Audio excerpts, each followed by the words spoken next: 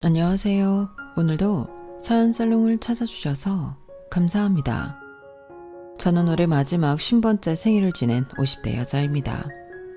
요즘은 50대면 아직도 청춘이라고 하던데 그래도 지난 세월을 돌아보게 되더군요. 저는 참 다사다난한 인생을 살아왔어요. 제 연배에서 그렇지 않은 사람들이 어디 있겠냐마는 저도 이렇게 사연을 적어 보낼 만큼의 굴곡진 인생을 살기는 했답니다. 특히나 저는 남편 복이 참 없었어요. 이제는 다 지나간 일이라 이렇게 글도 쓸 수 있는 거지만 예전에 저는 하루하루 독하게 살아낼 수밖에 없는 박복한 여자였죠. 저는 원래 처녀 때는 한 작은 사무실의 격리 아가씨였어요. 평범한 집안에서 고등학교를 졸업하고 바로 취직에 성공했던 것이었죠. 그 작은 사무실에서 같이 일했던 대리가 바로 제 남편이었답니다. 제가 취직한 지 얼마 안 돼요. 자꾸 제 주변을 맴돌더니 어느 날 저에게 고백을 해오더군요. 여자 학교만 다녔던 저는 남자가 이렇게 고백을 해온 것도 처음이었고 당시 남편은 살이 찌기 전이라 외모도 준수했기에 저는 고백에 승낙하게 되었고요. 저희는 연애를 시작한 지 1년 만에 결혼식을 올리게 되었어요. 결혼과 함께 저는 곧바로 임신을 하게 되었고 그 시기에 일을 관두게 되었어요. 고작 20대 초반의 나이에 소위 요즘 말로 경단녀라고 부르는 그런 사람이 되었던 거죠. 남편은 아이가 막 기어다닐 때쯤부터 집안에 점점 소홀해지기 시작했어요. 아마 아기를 키우느라 분유값도 많이 들고 기저귀 값도 많이 들면서부터였을 거예요. 집에 들어오는 시간이 점점 늦어지고 저를 묘하게 무시하기도 했죠. 자기가 벌어다주는 돈으로 집에서 놀고 먹는다고요. 애를 키워보신 분들은 아시겠지만 어떻게 놀고 먹을 수가 있나요? 밤에 눈도 제대로 못 붙이고 지낼 수밖에 없는데 말이에요. 하지만 그렇게 무시를 당해도 저는 남편이 우리를 버릴 거라고는 꿈에도 생각지 못했습니다. 우리 사이에는 떡두꺼비 같은 아들이 있었으니까요. 하지만 그런 제 믿음은 산산조각이 나버렸는데요. 아이가 걷기도 하고 뛰기도 하며 한창 이쁜 짓을 할 때쯤이었던 것 같아요. 어느 날부터인가 남편은 자꾸만 독한 향수 냄새를 옷에 묻혀왔습니다. 저는 마음 한켠이 무너지면서도 설마 하는 마지막 희망의 끈을 놓지 못하고 있었어요. 일적으로 술자리에 갈 수밖에 없는 상황이었다든지 아니면 같이 일하는 사람 중 독한 향수를 쓰는 사람이 생겼다든지 세상 일은 모르는 거니까요. 그러다 어느 날 남편이 퇴근 후 집에 들어오자마자 갑자기 또 나가려고 하는 겁니다. 그래서 제가 무슨 일이냐고 물었더니 회사 선배가 부른다고 대답하더군요. 하지만 저는 그 말을 믿을 수가 없었어요. 남편이 집 밖으로 나가자마자 저도 그 뒤를 미행하기 시작했습니다. 그런데 남편은 회사 선배를 만나는 것이 아니라 시내에 있는 모텔로 들어가는 것이었어요. 저는 눈이 뒤집히고 말았죠. 지금 생각해도 그때 제 몸에서 어떻게 그런 힘이 나왔는지 모르겠지만 저는 저 멀리 모텔로 들어가는 남편의 모습을 보고 망설임 없이 곧장 그 모텔로 따라 들어갔습니다. 그리고 모텔 방문들을 다 두드리며 남편의 이름을 부르면서 고래고래 소리를 질렀어요. 야, 고상철, 어딨어? 나와! 당장 나오라고! 드디어 한 방문에서 남편이 나오고 남편의 옆에는 홀랑 다 벗고 속옷만 입고 있는 상간녀가 있더군요.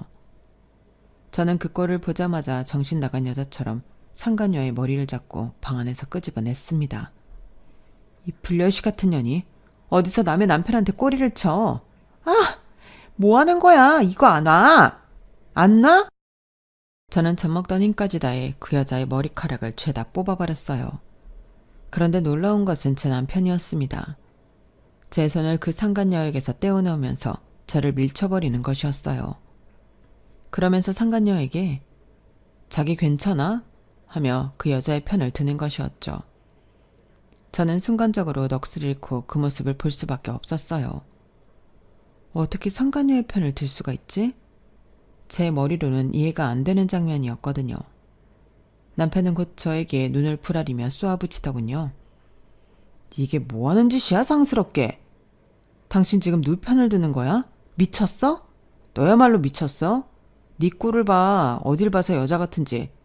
그렇게 우악스러운 손으로 이 이쁜 머리카락을 다 뜯어놓으려고 하는데 당연히 떼어 놓아야 하는 거 아니야? 뭐? 지금 그게 네 아들 키우면서 네 뒷바라지하는 나한테 할 소리야? 걔가 내 아들이기만 해? 네 아들이기도 하잖아. 나한테 모든 책임 뒤집어 씌우려고 하지 마. 뭐? 책임? 지금 우리 아들을 무슨 짐짝 취급하는 거야? 네가 그러고도 애 아빠니? 아유, 진짜 징글징글해. 아주 너만 보면. 그리고 이 집구석만 보면 숨이 턱턱 막힌다고. 알아? 아주 억장이 무너지는 것 같았습니다. 저는 짐승처럼 울부짖으면서 상간녀의 머리채를 그리고 남편의 머리채를 쑥대밭으로 만들어버렸어요. 저희가 어찌나 소란스럽던지 다른 방에 묵던 투숙객들도 너도 나도 나와 저희를 구경하더군요. 저는 특히 상간녀를 1층까지 끌고 나가서 길바닥에 내동댕이 치며 이 여자가 남의 남편이랑 바람핀 여자다. 젊은 년이 나이 많은 남자한테 여우짓하려고 모텔에 기어들어왔다. 라고 고래고래 소리를 질렀고 온 동네 사람들이 전부 그 여자를 알아보고 또 저를 알아보고 같이 욕을 해줬습니다. 그렇게 한바탕 하고 나니 나이가 무색할 정도로 서러운 울음이 터져 나오더군요. 저는 엉엉 울며 주민들의 도움을 받아 집으로 귀가했습니다. 시어머니에게도 이 소식은 곧바로 전해졌고 그날 저녁 곧바로 시어머니가 저희 집으로 찾아와 남편의 등짝을 사정없이 후려쳤어요. 이놈아, 이게 지혜비 닮아서 벌써부터 계집질을 하고 댕겨. 네 아들이 뭘 보고 배우겠냐? 어? 아 진짜. 엄마 왜 여기까지 와서 난리야. 제가 내 아들이기만 해? 나 혼자 나왔냐고. 나는 매달 월급 가져다 주는 걸로 내 할 일을 다 하고 있는데 밖에서 돈 벌면서 무슨 일을 하든 내 자유 아니야? 뭐? 이런 천하의 못된 자식을 봤나? 지금 그게 네 애미 앞에서 아니 네 부인 앞에서 할 말이야? 누가 내 부인이야. 저 여자 이제 내 부인 아니야. 뭐? 이혼할 거라고. 야 나랑 이혼해. 그때까지만 해도 저는 이혼이라는 건 어디 TV에 나오는 사람들만 하는 건 줄 알았지. 제 인생에 벌어질 일이라고는 꿈에도 생각해 본 적이 없었어요. 시어머니는 기함을 하시며 남편을 뜯어 말리려고 했지만 이미 연세가 많이 드신 어머니께서 성인 남자인 남편의 완고한 뜻을 꺾기란 불가능한 일이었죠. 그렇게 저는 잘못한 거 하나 없이 그대로 길바닥에 내쳐지게 되었어요. 남편은 자신을 똑 닮은 아들을 보고서도 키우기 귀찮다며 저에게 떠넘기고는 이혼을 했어요. 그런데 저는 이혼의 충격에 잠길 틈도 없이 상간녀에게 고소까지 당하고 말았답니다. 명예훼손으로요. 정말 기가 차는 일이었죠. 아니 도대체 훼손될 명예도 없는 더러운 상간녀 주제에 어떻게 이렇게 뻔뻔할 수가 있단 말입니까? 저는 쥐꼬리만한 위자료만 받고 이제 막 5살이 된 어린 아들과 함께 길거리에 버려진 상태에서 그 많은 일들을 감당할 수가 없었어요. 급한 대로 상간녀에게 이혼 위자료를 배상을 하고 시어머니가 몰래 와서 건네준 몇 푼 안 되는 돈으로 겨우 단칸방 하나를 얻었죠. 원래 지내던 동네에서는 아주 멀리 떨어진 곳이었습니다. 그 먼 길을 찾아오신 시어머니는 연신제에게 내 수중에 이것밖에 없어서 미안하다 아가. 자식 농사 제대로 못 지은 내 잘못이야. 미안하다 하며 사과를 하시고 가셨어요. 나중에 알고 보니 상간녀가 명예훼손으로 소송을 했을 때 저도 상간자 소송으로 맞붙을 수 있었다 하더군요. 하지만 그 당시 가난하고 힘이 없었던 제가 그걸 알았다 한들 소송을 할 수는 없었을 겁니다.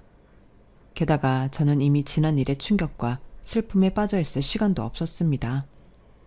당장 아이와 함께 목구멍에 풀칠이라도 하고 살려면 일을 구해야 했으니까요. 저는 단칸방 근처에 있는 미용실에 일을 구하게 되었어요. 예전처럼 사무직으로 취직을 하기에는 나이가 훌쩍 들어버렸고 그동안 애 키우고 살림만 하느라 일도 대부분 까먹었기 때문이었죠. 제가 일하게 된 곳은 나이가 지긋하신 사장님이 혼자 일하고 있는 미용실이었어요. 거기에서 미용일을 배우며 독한 약에 손이 닦아지고 뜨거운 고데기에 여기저기 화상을 입는 등 엄청나게 고생을 했어요. 하지만 저는 오히려 그렇게 힘들고 바쁜 게 좋더라고요. 그렇게 일을 몇 년 동안 배워가며 겨우겨우 아들을 키우고 살고 있었는데요. 저의 아들은 자라면서 제 속을 한 번도 썩히지 않는 그저 착하기만 한 아이였어요. 어린 나이에 엄마 아빠 그리고 상간녀의 그 험한 꼴을 애가 다 보고 듣고 자라서인지 너무 일찍 철이 든 탓이었나 봅니다. 부족한 형편에 한 번 정도는 투정을 부릴 만도 한데 그 어린 나이가 오히려 저를 위로해주면서 싹싹하게 자라주었죠. 난 괜찮아 엄마. 미용실 사장님이 주시는 김치만 먹어도 너무 맛있어서 밥을 2공기나 먹었다니까? 괜찮아 엄마. 어차피 학원 다니고 문제집 사서 푸는 애들보다 내가 더 공부 잘해. 난 그런 거 필요 없어서 안 하는 거야 엄마. 괜히 신경 쓰지 마. 옷 많아봤자 고르기만 불편하지. 교복 입는데 뭐하러 옷이 필요해? 난 괜찮아. 그런 아들의 심성이 고맙기도 하면서 더 해주지 못하는 게 한없이 서럽기도 하더군요. 그래서 저는 더 악착같이 일을 할 수밖에 없었답니다. 사장님도 그런 저희 모자를 예쁘게 봐주셔서 제 아들을 볼 때마다 자꾸 용돈을 쥐어주시거나 반찬거리를 싸주시려고 하셨어요. 저에게는 친정 어머니나 다름없는 분이 바로 저희 사장님이셨죠. 그러던 어느 날 사장님이 퇴근하려는 저를 불러 세우셨어요. 무슨 말씀을 하시려고 하시는 건지 굉장히 결연한 표정으로 저를 보시더니 대뜸 제게 미용실을 넘겨주겠다고 얘기를 하시는 겁니다. 저는 순간 잘못 듣고는 네? 명실이요? 라고 되물었다가 후통을 맞았죠. 가시나? 기가 먹었나? 미용실, 여기 가게 너 가지라고. 그제야 저는 처음엔 어안이 벙벙했다가 펄쩍 뛰며 손소리를 쳤어요. 아니 그게 무슨 말씀이세요 사장님? 저희 미용실 이름이 조영미 미용실인데 사장님이 안 계시면 어떡해요? 그리고 제가 이 미용실을 어떻게 운영하란 말씀이세요? 여기 동네 아주머니들은 전부 저보고 오시는 게 아니라 사장님 보고 오시는 거예요. 이름이야 바꾸면 되지. 사장 바뀌어도 어차피 오는 사람들은 와. 동네 아줌씨들 너 챙겨준다고 맨날 귤이며 사가며 들고 오는 거 몰라? 나 혼자 있을 때는 들고 오지도 않았어. 나도 이제 나이가 이렇게 들었는데 뭐 죽을 때까지 일만 하라는 말이야? 잔말 말고 아직 쌩쌩한 자네가 물려받아. 나는 이제 여기 세만 받고 살 테니까 자네는 나이도 어리고 일머리가 있어서 어쩌면 나보다 더 잘할 수 있을 거야. 아니 그래도 저는 아직. 언제까지 아직이야? 자네가 동네 미용실 직원으로 있으면서 언제 아들 대학 보내고 장가 보낼 수 있을 것 같아? 정신 차려. 아들 제대로 키우려면 정신 바짝 차리고 살라고.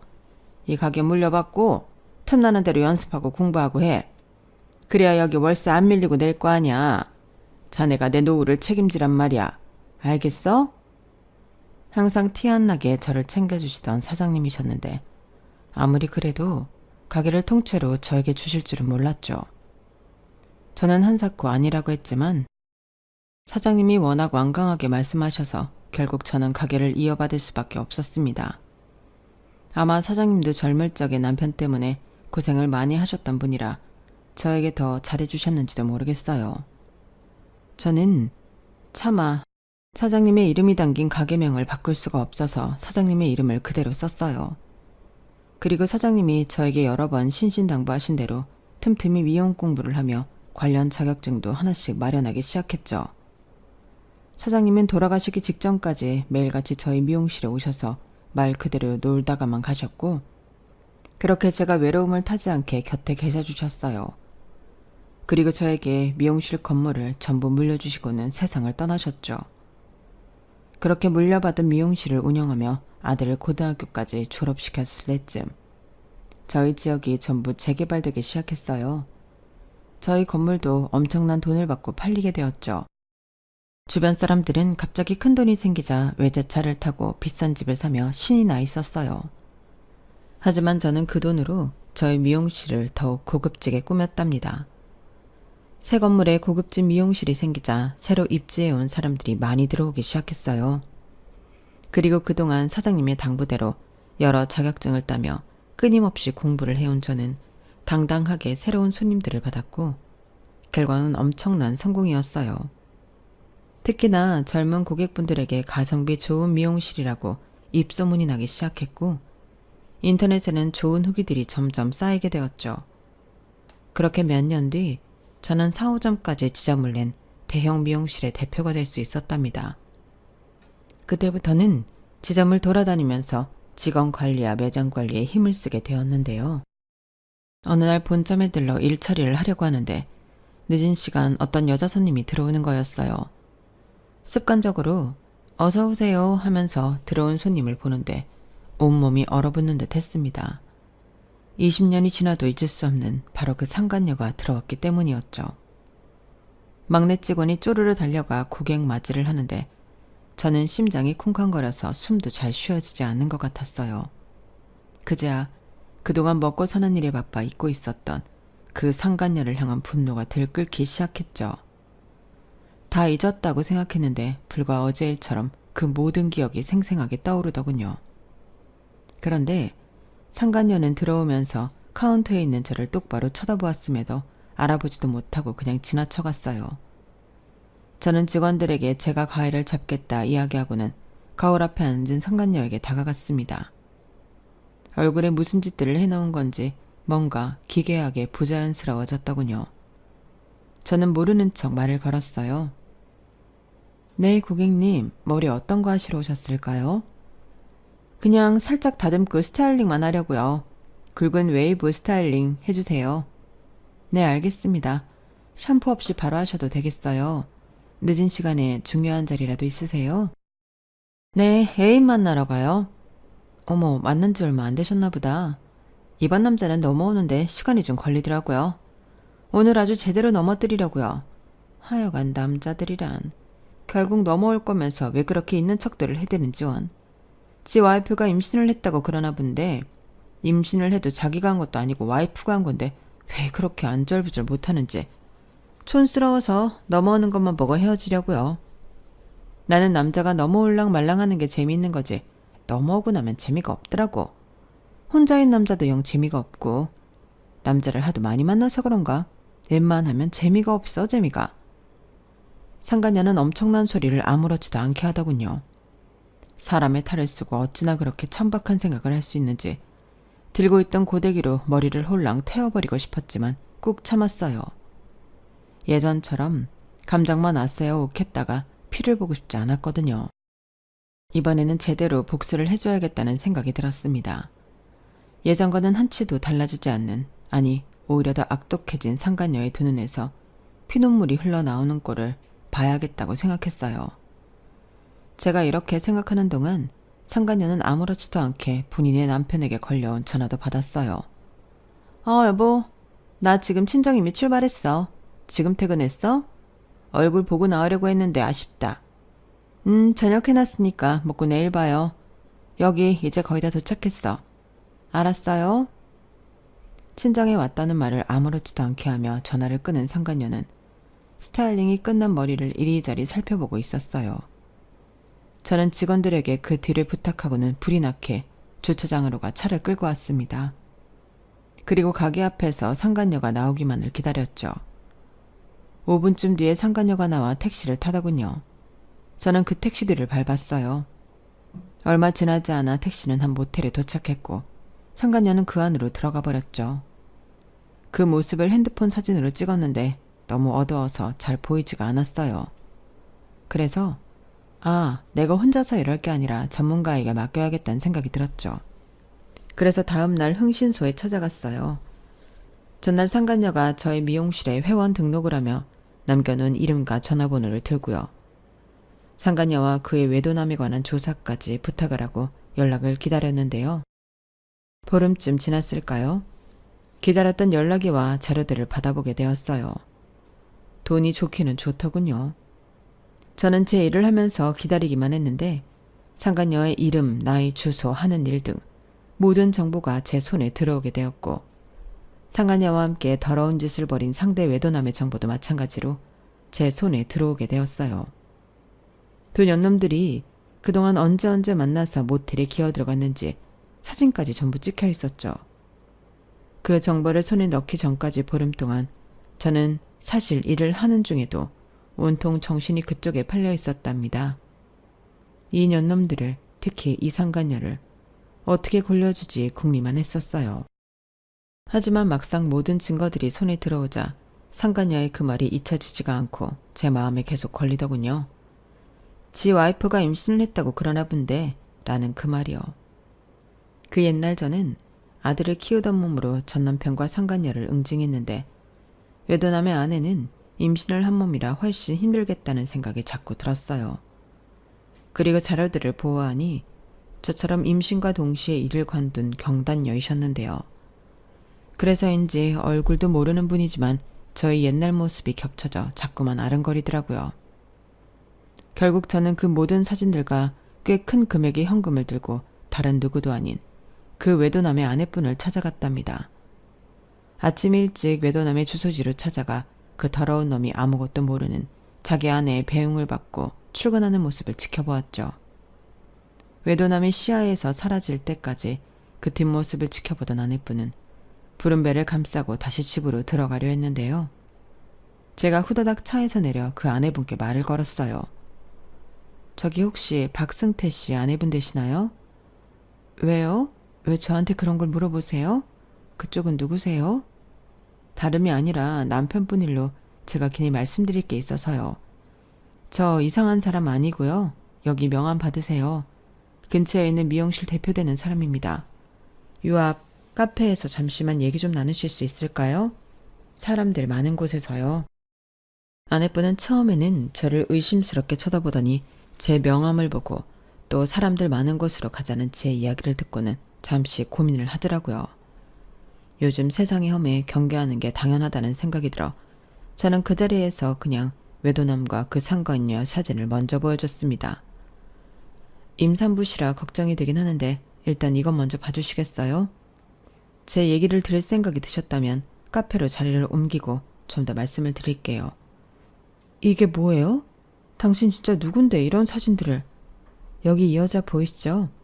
저도 예전에 이 여자한테 남편을 빼앗겨 본 적이 있는 사람이에요. 그래서 지금 그쪽 마음 충분히 이해하고 있고요. 과거는 다 잊고 미용실 운영에 힘쓰고 있었는데 얼마 전에 우연히 이 여자를 마주치게 되었어요.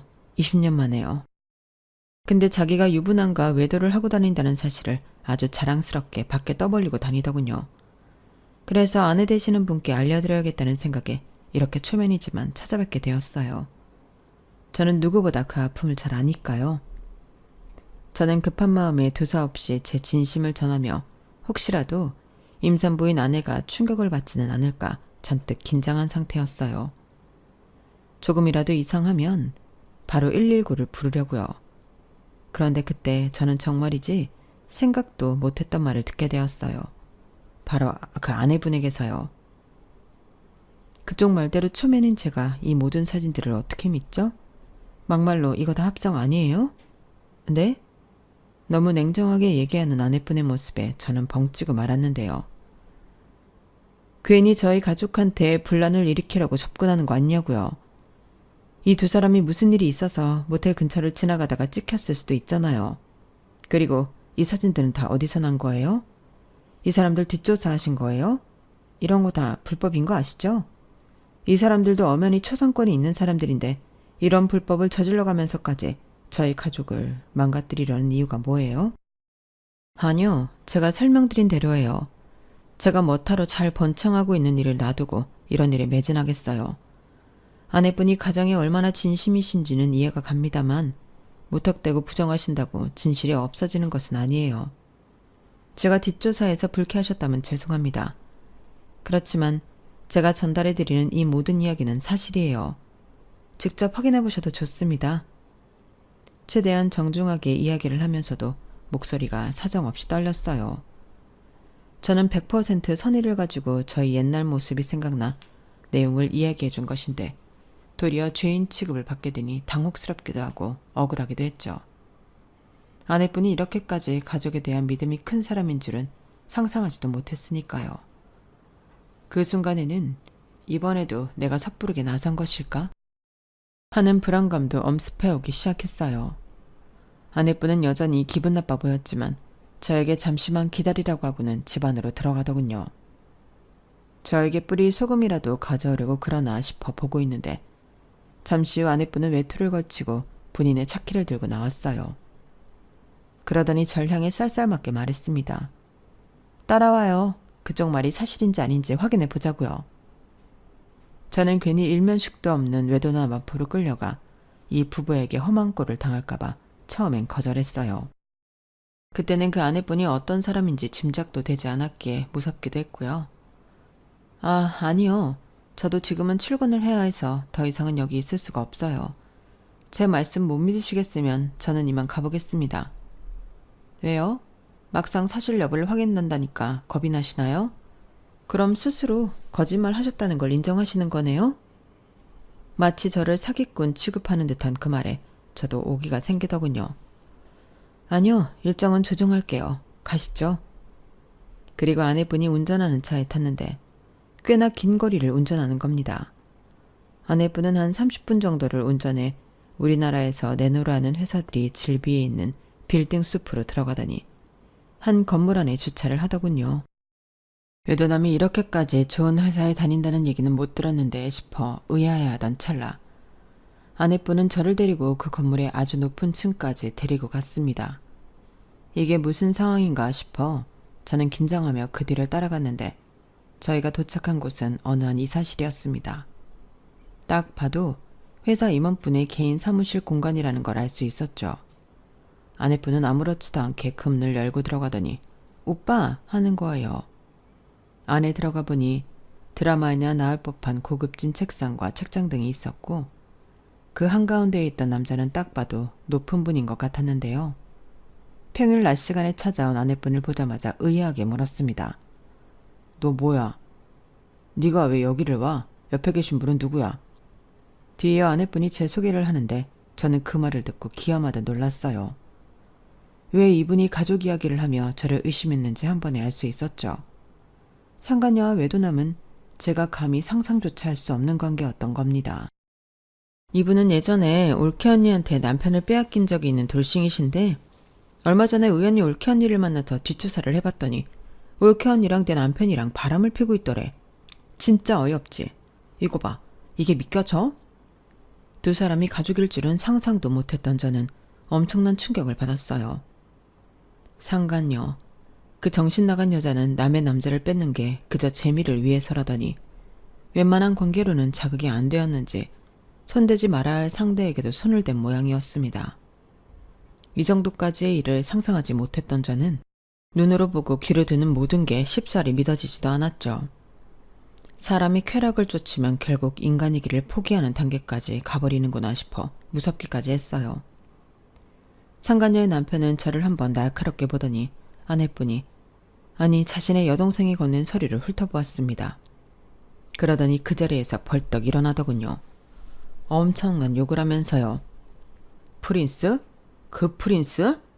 이 미친 옆에 내가 프린스 상호가 카페라더니 모텔이었어? 어천지. 얼마 전부터 뻔질나게 똑같은 카페만 들락거린다 했더니만 아주 나한테 눈 하나 깜짝 안 하고 거짓말을 해? 야 이 멍청아.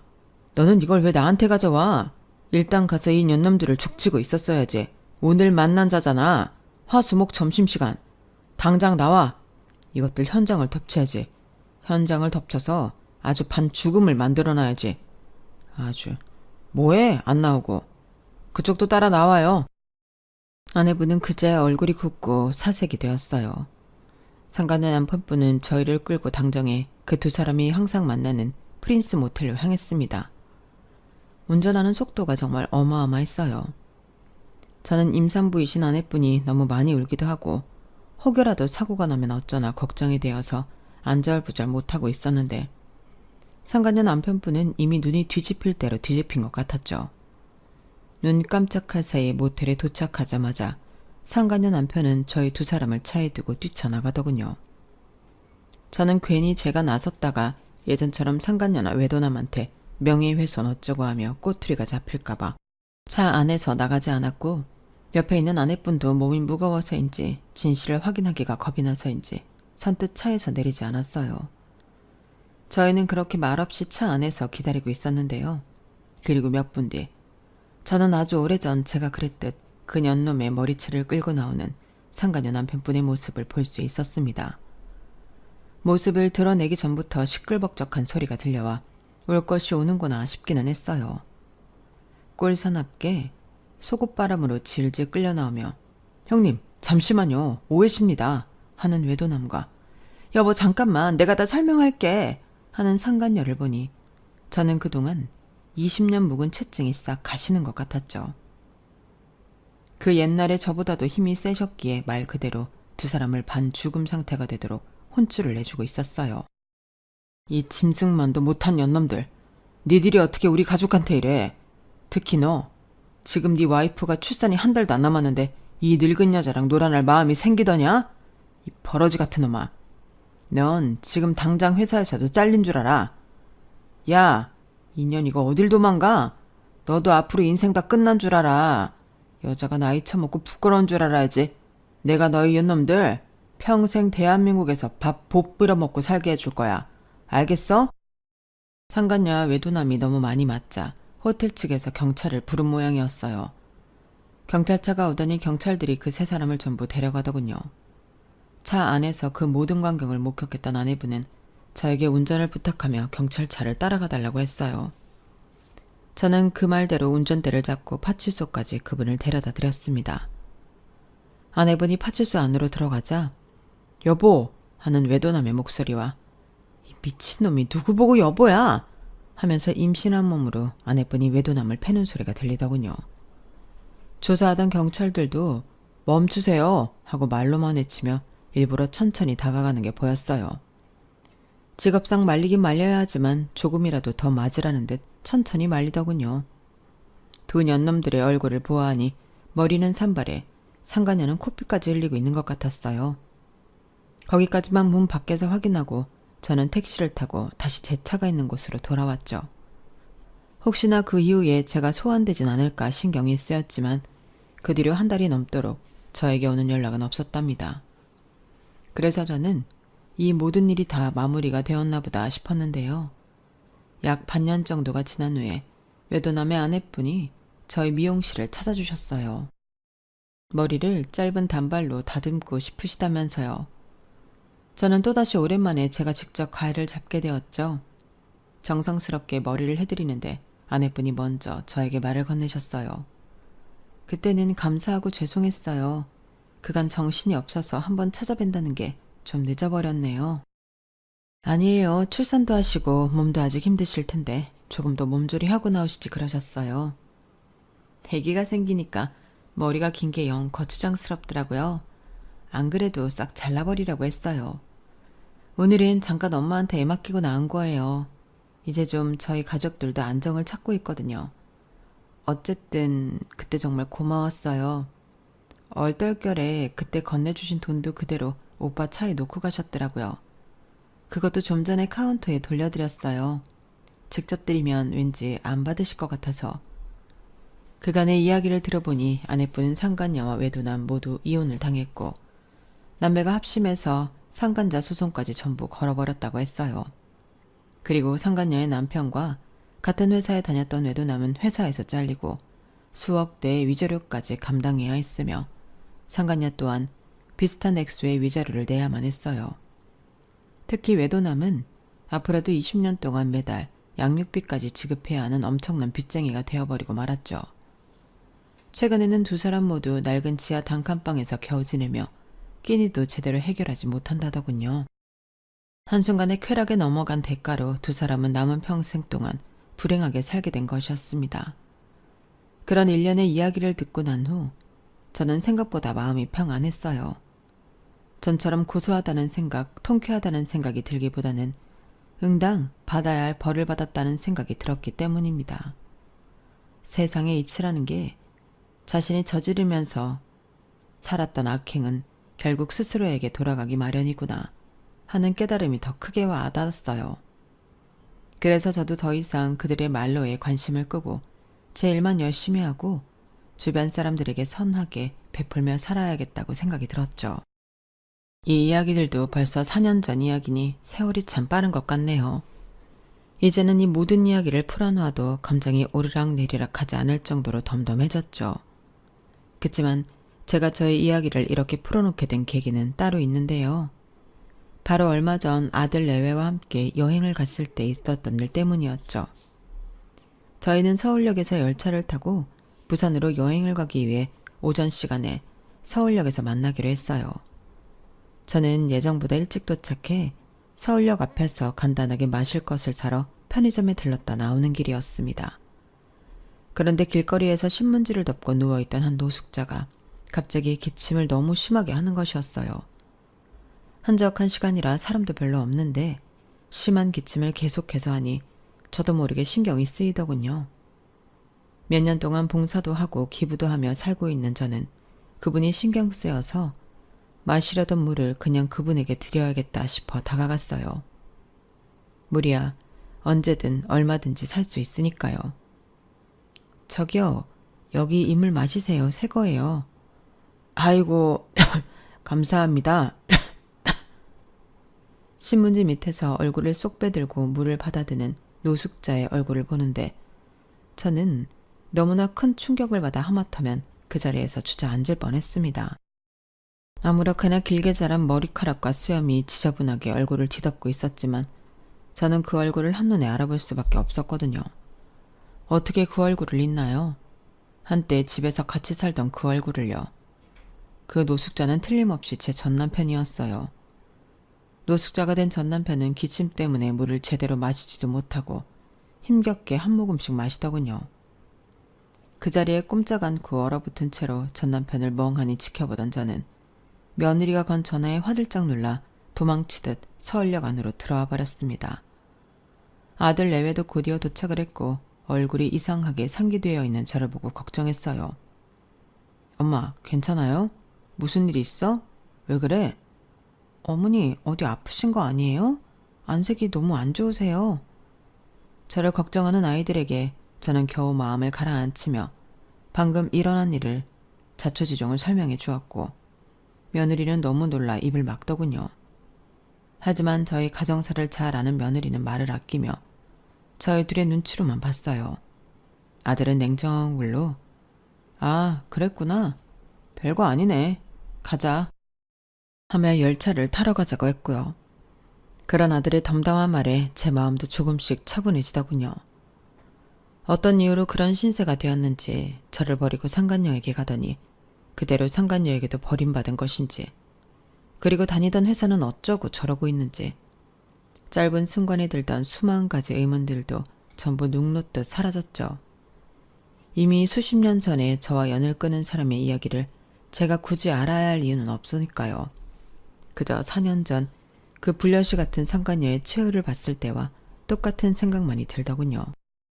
세상에 이치라는 게 결국 자신이 벌인 악행은 자신에게 돌아가게 마련이구나 하고요. 여행을 마치고 돌아오는 길에 서울역을 다시 지나치게 되며 저도 모르게 전 남편이 있던 곳을 슬쩍 보게 되었는데 그 사람은 더 이상 거기 없었어요. 아마 여기저기 떠돌며 노숙을 하는 모양이었나 봅니다. 더 이상 그 사람을 신경 쓸 이유가 없다고 생각하고 아들 내외에게는 티 안 내고 지나쳤는데요. 이상하게 집에 돌아와 짐을 정리하고 여독을 푸는데 지난 세월에 대한 기억들이 전부 떠오르더라고요. 예전처럼 감정이 요동치는 것도 아닌데 한동안은 저의 옛 기억에 사로잡혀 사색의 시간을 가지다가 이렇게 제 이야기를 쓰게 되었네요. 저의 긴 이야기를 들어주신 모든 분들께 감사드려요. 평소 다른 분들의 사연을 들어보면 다른 많은 분들도 각자의 삶에 우여곡절이 있으신 것 같은데 부디 제 이야기가 작은 위로가 되었길 바랍니다. 그럼 모두 행복하시고 건강하세요. 여러분, 사연 댓글에 응원과 현명한 조언 부탁드려요. 좋아요와 구독은 저에게 큰 힘이 됩니다. 오늘도 좋은 일 가득하세요.